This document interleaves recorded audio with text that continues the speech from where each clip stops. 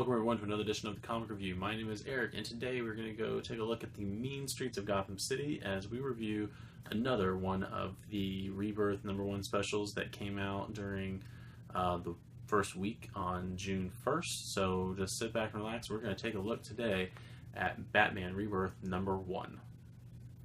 To go with some kind of against some other reviews I actually read over the week during this week. To me, Batman Rebirth #1 was kind of the weaker one of the bunch this week of the four we had. We had Superman, Green Lanterns, Green Arrow, and Batman. And I say that coming actually from the standpoint of a new reader. One of the main things with this is, yes, we are trying to grab back up readers that we lost during the beginnings of the New 52, people who did not stick around for the New 52. Also trying to get new readers in here because, let's face it, any publisher is, when they launch a new #1, the main thing they're going to try to do is get new readers in to the shops, get new readers buying their books. That's the whole point of a #1. I mean, if that wasn't the point, then Action Comics and Detective Comics would never have changed their numbering back to #1 during the New 52. Wonder Woman would still be at issue 600 and something. So yes, these books are for longtime fans, but you still have to keep that new reader in mind. This book, to me, did not keep the new reader in mind that much at all. We get the first introduction to Duke Thomas, who, again, I'm going to go with the whole look at this from a new reader perspective. Nowhere in this issue we know his last name, because it's referred to, I think, during the underwater scene later on in this book. He's referred to as Mr. Thomas, but I don't think there's ever any point in the issue, and I'm double checking this as I'm going through this review right now. I don't think they ever call him Duke at all in the issue. I don't think his first name is ever mentioned once, which to me, in the Superman Rebirth issue, we go through the pre-Flashpoint Superman, kind of going over his history with Doomsday and whatnot. We also get a little bit of insight into the New 52 Superman toward the end of his life, and the Green Lanterns special. We gonna get like a quick rundown of basically all 6 lanterns from Earth.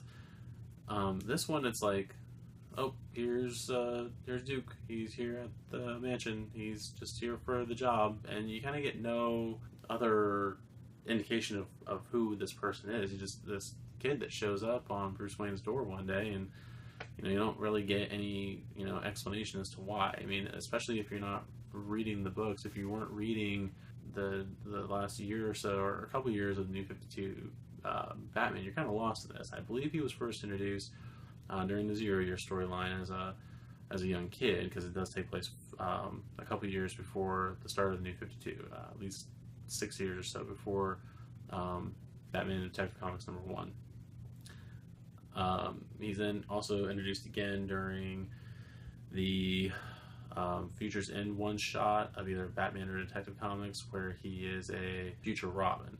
And then he's also a main character in the book We Are Robin. So, I mean, there's various introductions of this character all over the place, and various sightings of this character, so it's not like it's an unknown character. But to the world at large, depending on where you're coming from with all this, you may not even know who this person is. I mean, heck, my mom had no idea that there were any Robins past Dick Grayson. So, it's just, you just gotta kind of, I will say that is one of the main fallings of this book, as far as new reader friendly goes, is that we're kind of introduced to a character that we don't even know, but you, again, had to have a lot of prior knowledge of the books going into it to know who this character is. I know because from reading Batman, I didn't read We Are Robin, but I did read 0 Hour. I did read the Robobat Adventures in Batman during the last year or so. So I know who the character is from those books. Again, I didn't read We Are Robin, but I do know him from other books myself. Outside of that, this to me is a very decent series. So it had a very interesting dynamic with being separated into chapters. We are reintroduced to Calendar Man on page 2. There's a 2-page spread on there. Batman trying to take down Calendar Man, who's trying to release these spores across Gotham City. The last time I think we saw Calendar Man was during like the second, I think, third year of the New 52. If anyone wasn't reading at that time, DC did a segment at the back of all the books called Channel 52, and it was like their own kind of like news channel thing that was going on. Had Ambush Bug. I can't remember the sports reporter's name, but I believe Bethany Snow was the main anchor. But they would report on major things happening in the various books. And Calendar Man, I believe, was the Weatherman. Again, if your main introduction to these characters is the New 52, then you just know him from that little segment, and then all of a sudden he's this like, you know, weird, jacked up supervillain that's fighting Batman. Batman's able to stop Calendar Man's plot at the beginning during this part of the story. The story is separated into chapters. It starts on Monday, which is now springtime, and then it goes into day 2, Tuesday, which is summertime. So somehow Calendar Man is somehow speeding up the season cycle in Gotham City, which you find out later he's actually connected to, and it's part of like a death rebirth cycle that he has, also having to do with the spores. So we get to Tuesday, and this actually answers a long-standing question I have had about Batman over the last couple months. And then I was wondering, especially when Bruce comes back as Batman, where did Bruce get his money back from? Because he lost his money in Batman Eternal, but then during the Batman run after that, he gets his mansion back, which you know that from I believe the Batman #4 annual, or annual #4. They no longer are using Wayne Manor as a new makeshift Arkham Asylum, so Bruce gets the house back and everything. But I was trying to figure out where he's getting his fortune to, you know, restock all his Bat gear during the last 2 months of Batman stories. So this issue actually answers that. Lucius Fox has been able to take down the government liens on all of Wayne Industries and everything. So this is very much getting Batman back into a status quo that we're more familiar with going into the main titles for the Rebirth era.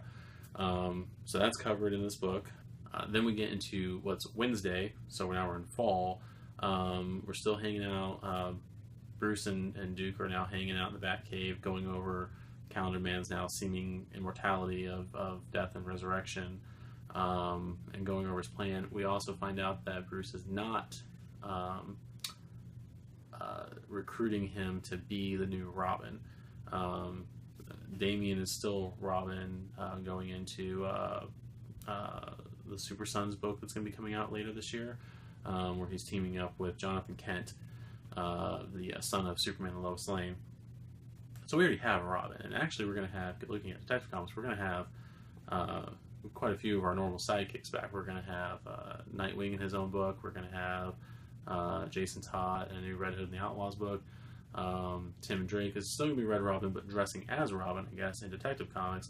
And then Damian's going to be over in Super Sons. So all 4 main Robins are covered, and I guess the Bat team didn't want to have as many Robins as we have Earth Green Lanterns now. So Mr. Thomas is going to be a new yellow Batman.